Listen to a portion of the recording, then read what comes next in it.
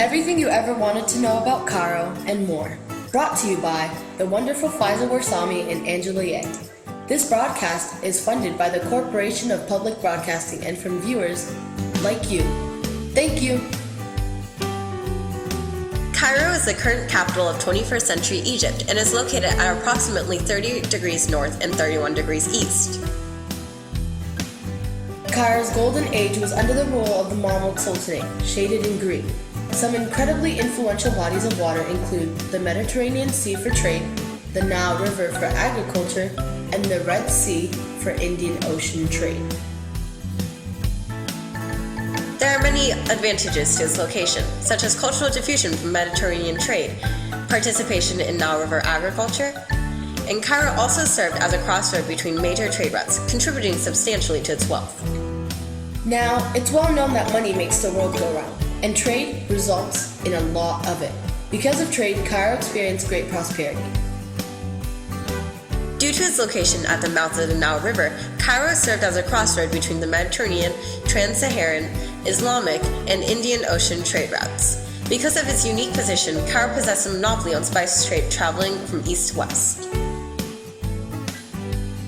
Products such as ivory, gold, salt, oil, spices, and slaves passed through the city.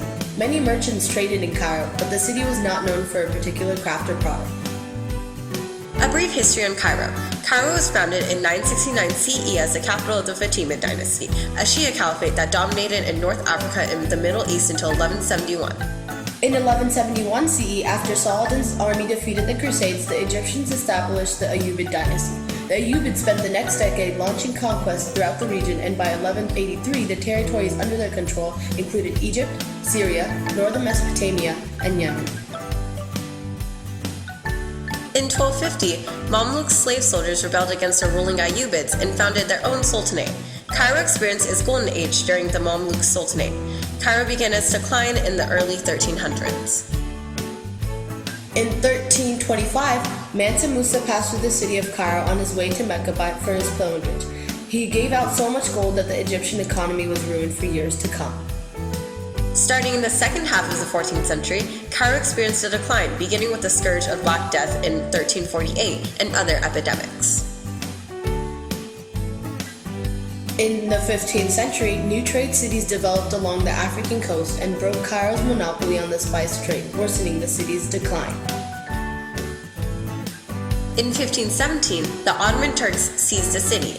Under the Ottomans, Cairo was reduced to a provincial capital, and by the end of the 18th century, its population had declined to under 300,000.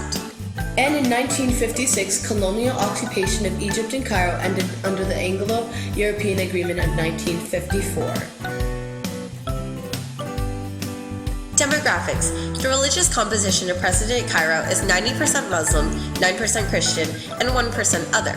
The ethnic composition consists of 90% Egyptian, 9% European, and 1% other. The current population is nearly 22 million. During the Mamluk Sultanate, a majority of its citizens were either Muslim Turks or Egyptians. On to religion. Cairo's majority religion is Islam. Combined with the fact it was renowned as a cultural and educational center, Cairo was home to many famous mosques and madrasas. This attracted many scholars. For example, Ibn Tulun is the oldest mosque recorded in Cairo and was commissioned by Ahmed ibn Tulun, the Abbasid governor of Egypt. Historian al-Makrizi lists the mosque construction date as 876 AD and completion date as 879 AD. Also, Al-Azhar is one of the oldest universities in history and was founded in 970 or 972 by the Fatimids as a center of Islamic learning.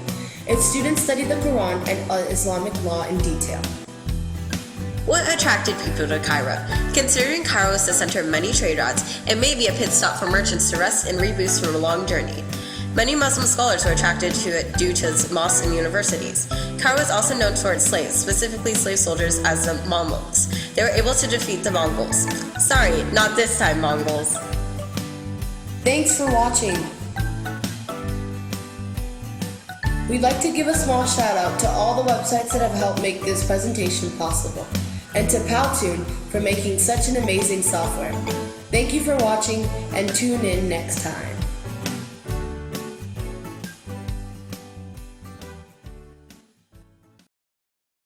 Created using Powtoon.